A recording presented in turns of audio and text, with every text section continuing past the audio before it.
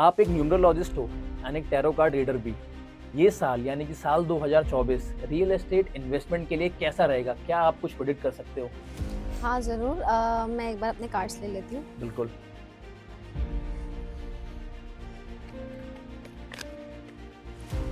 Just give me a minute. Please take your time.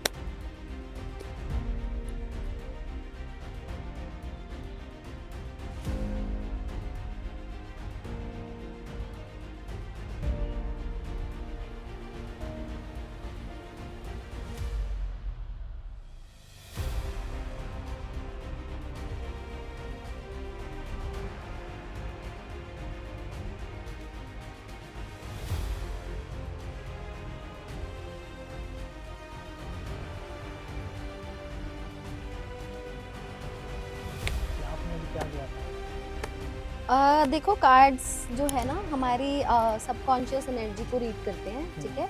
और it's very important कि जब भी हम कार्ड रीडिंग कर रहे हैं तो हम किसी एक हायर फ्रिक्वेंसी को या जिनको भी हम अपने स्पिरिट गाइड, हमारे जो स्पिरिट गाइड होते हैं उनको कॉल करें। तो मैंने उनको कॉल किया एंड एक कनेक्टिविटी स्थापित की, क्योंकि I am going to predict as per the numerology, और उन नंबर्स के साथ एक कनेक्टिविटी स्थापित की कि मैं उनको सही तरीके से प्रिडिक्शन दे सकूं थ्रू द टैरो कार्ड्स, वो मुझे गाइड करें। तो बेसिकली जो भी मेरे वर्ड्स होंगे या जो भी मैं बोलूंगी, it is coming through my spirit guide through the tarot. तो इस तरीके से हम कनेक्टिविटी करते हैं। It's just not reading about the meaning of the tarot cards, okay. जो भी 1, 10, 19 या 28 तारीख किसी भी महीने की उसको उनका बर्थ होता है, उनका टोटल किसी भी नंबर, साल, किसी भी महीना, हाँ जस्ट उनके डेट, उनका जो डेट है, ठीक है, वो 1 होता है, उनको हम नंबर 1 बोलते हैं, ठीक है। ठीक है। तो हम उनके लिए एक कार्ड निकालते हैं कि how will this year 2024 for the real estate investment for them. तो मुझे ऐसा दिख रहा है कि after the month of October 2024 वो जो कुछ भी इन्वेस्टमेंट करने की सोच रहे हैं रियल एस्टेट में, क्योंकि नंबर 1 वालों के लिए ये साल, अगर हम इस साल की एनर्जी के साथ देखें तो सैटर्न का ईयर है, ठीक है। और सैटर्न 1 जो है वो सन को रिप्रेजेंट करता है। तो ये कहीं ना कहीं एक conflict of mind and conflict of action उनका रहने वाला है। वो जाके अक्टूबर के बाद थोड़ा सा सॉल्व होगा। बहुत सारी मेहनत करने के बाद उनकी विश फुलफिलमेंट होगी, यानी कि जो भी वो इन्वेस्टमेंट करना चाहते हैं उनको अक्टूबर के बाद करनी चाहिए। उससे पहले कोई इन्वेस्टमेंट रियल एस्टेट में उनको नहीं करनी चाहिए। और अभी तक उन्होंने जो भी इन्वेस्ट कर रखा था उनको रिजल्ट बहुत स्लो प्रोसेस में मिलने वाले हैं, ठीक है। नेक्स्ट इज जिनका भी जन्म किसी भी महीने की 2nd, 11th, 20th या 29th को हुआ है, उनके लिए प्रेडिक्शन है कि how this year 24 for them for real estate investment. मैं ये बोलूँगी कि इस साल उनको पुराना कुछ भी बेच कर नया नहीं खरीदना चाहिए, ठीक है। अगर वो ये सोच रहे हैं कि मैं पुराना कोई प्लॉट बेचूं या पुराना कुछ भी बेचूं, तो वो नहीं खरीदना चाहिए। At least till the month of May महीने तक ये नहीं करना चाहिए। उसके बाद वो जो भी इन्वेस्टमेंट करेंगे अपनी रियल एस्टेट में, वो उनको लॉन्ग टर्म इफेक्ट देने वाली है। मतलब उससे पहले वो कुछ नया खरीद सकते हैं, लेकिन पुराना ना बेचे। पुराना बेच के नया नहीं खरीदना है। आप कुछ नया इन्वेस्ट करना चाहते हैं तो वो आप कर सकते हैं। वो अपॉर्चुनिटीज बहुत तेजी से इनके पास आ रही हैं, ठीक है।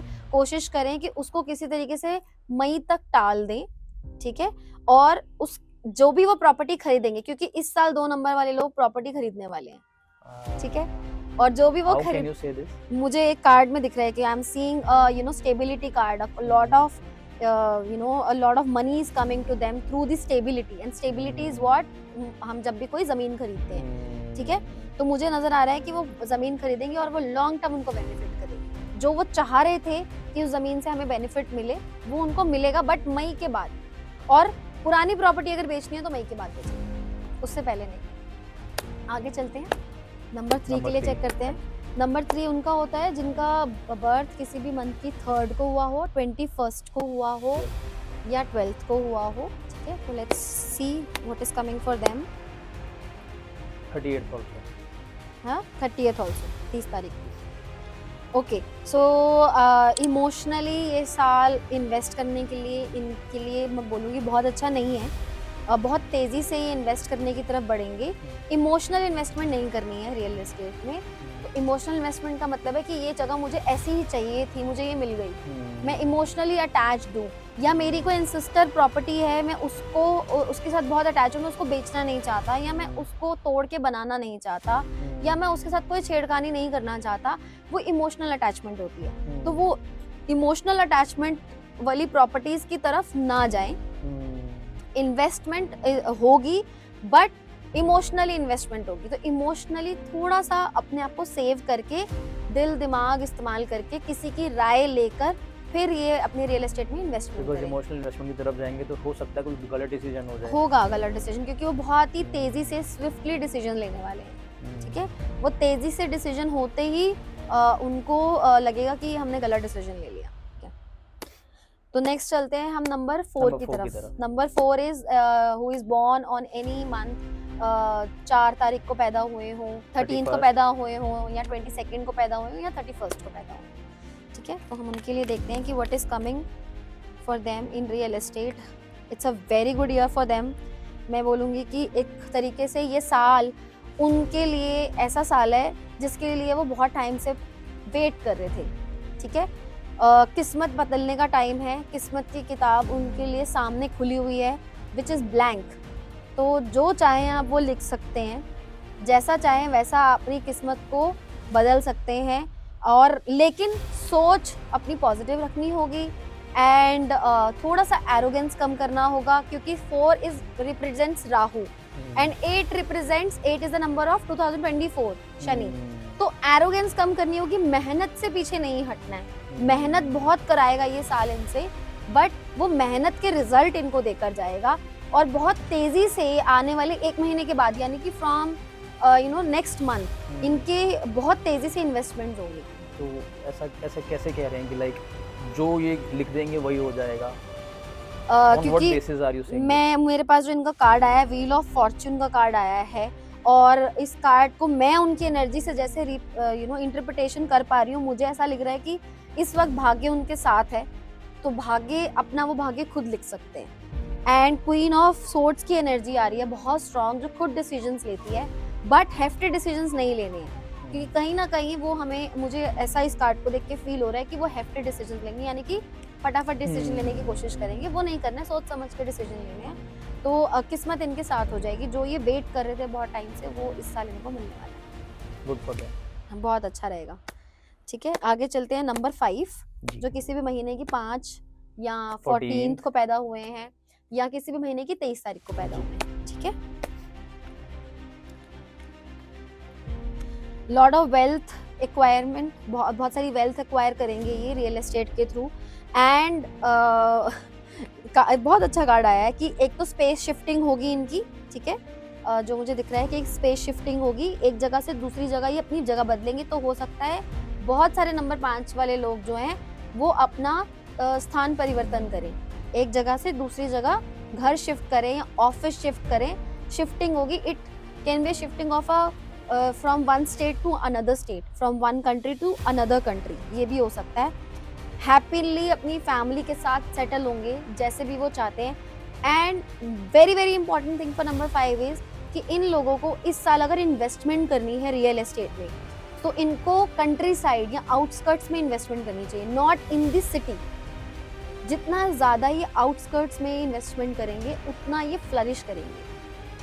ओके, बट अगर लाइक सिटीज में करना चाहें तो सिटीज में मैं बोलूँगी कि हाँ, वो शिफ्टिंग, घर शिफ्टिंग होगा, और अगर उनको घर शिफ्ट करना है, अगर खुद ही शिफ्ट होना चाहते हैं ना, तब सही है। बट अगर इन्वेस्टमेंट करनी है तो फिर उनको आउटस्कर्ट्स में या कंट्री साइड में इन्वेस्टमेंट करनी चाहिए। तो मैं भाई से कह सकता हूँ अपने जिनका नंबर 5 है कि आप अगर शिफ्ट करने की सोच रहे हो तो आप कर सकते हो। ठीक है, चलते हैं आगे नंबर 6 की तरफ, जो किसी भी महीने की 6, 15 या 24 को पैदा है।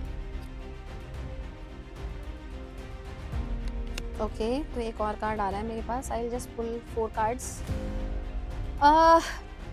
ये 6 नंबर वालों के लिए ये साल जो है वो बहुत बहुत अच्छा नहीं है इन्वेस्टमेंट को लेकर। ठीक है, तो मैं बोलूँगी कि कंटिन्यू। आपका 6 नंबर है। ओके, तो 6 नंबर वालों के लिए ये साल बहुत अच्छा नहीं है इन्वेस्टमेंट को लेकर। एटलीस्ट इनको इन्वेस्ट करने के लिए मई से लेकर सितंबर तक तो बिल्कुल भी नहीं करनी चाहिए, मई टू सितंबर, ठीक है, क्योंकि उस वक्त ये एक इमोशनल फेज से गुजरेंगे and they will not be in the mindset जहां वो सही डिसीजंस ले सके। अभी तक जो कुछ भी करा हुआ है इन्वेस्ट, ठीक है, उसकी तरफ फोकस करें rather than buying a new property और इन्वेस्टिंग इनटू न्यू स्पेस। जो किया हुआ है उसके रिजल्ट्स आएंगे बहुत अच्छे, ठीक है, उसके बहुत अच्छे रिजल्ट्स आएंगे। इमोशनली अगेन स्टेबल होने की जरूरत है। आई विल से कि इन लोगों को अगर मैं एज अ रेमेडी बोलूं तो इनको डेली शुक्र मंत्र का जाप करना चाहिए, ठीक है, और अगर वो नहीं कर सकते हैं तो डेली अपनी बॉडी पे इत्र लगाएं। और इत्र क्या है? इत्र शुक्र को रिप्रेजेंट करता है, ठीक है, और जितनी भी फीमेल्स हैं उनको और ज़्यादा रिस्पेक्टफुली ट्रीट करें। ये एक हमारा बिहेवियरल रेमेडी होती है, इसको हम बिहेवियरल रेमेडी बोलते हैं, ठीक है। अपने बिहेवियर में थोड़े से उनके प्रति और सॉफ्ट और सम्मान और आदर के साथ डील करें, घर में भी और बाहर भी। साथ ही इनको 10 मिनट के लिए ना डेली बैठकर सिर्फ अपने साथ 10 मिनट्स टाइम स्पेंड करना चाहिए, सिर्फ 10 मिनट्स के लिए। तो ये चीजें मैं सब शुरू कर दूं बिकॉज़ मेरा नंबर 6 है। हाँ बिल्कुल, आपको शुरू करनी चाहिए। तो आगे चलते हैं नंबर 7 के लिए, जो किसी भी महीने की 7 तारीख को, 16 को या 25 को पैदा हुए हैं, 7, 16 या 25 ऑफ एनी मंथ, ठीक है। तो उनके लिए देखते हैं कि 2024 इन्वेस्टमेंट पर्पस से कैसा रहने वाला है। थोड़ी सी इनको दिमाग में एक टेंशन सी बनी रहेगी, ठीक है, और कहीं ना कहीं इनको जो अपॉर्चुनिटीज मिलेंगी वो अपने एरिया से बाहर निकल के इनको इन्वेस्ट करनी चाहिए।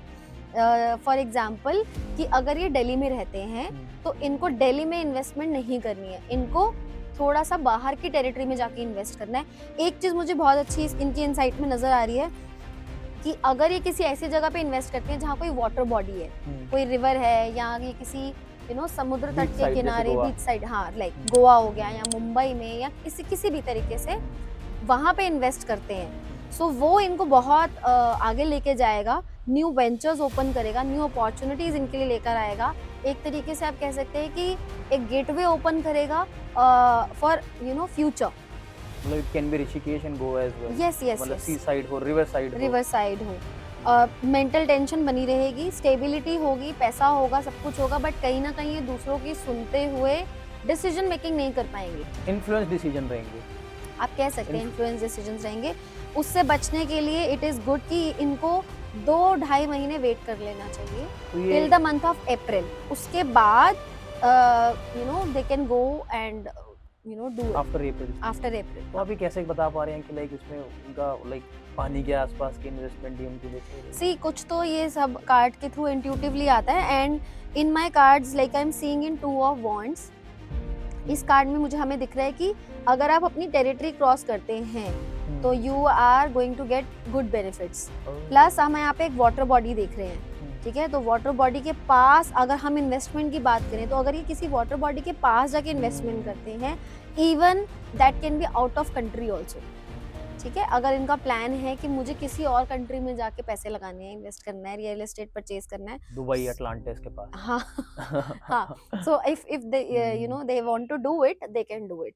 हाँ, इस तरीके से हम इसको बता पाते हैं। प्लस मेरे पास जो बाकी के 2 कार्ड्स हैं उसमें मुझे ब्लू कलर बहुत ज्यादा प्रोमिनेंट दिख रहा है। Water element is very prominent. Water element हमारे इमोशंस भी है, इसलिए मैंने कहा ना इमोशनली ये लोग इन्फ्लुएंस रहेंगे, तो कहीं ना कहीं दूसरों से भी इन्फ्लुएंस रहेंगे, सो वो बहुत ज़रूरी है।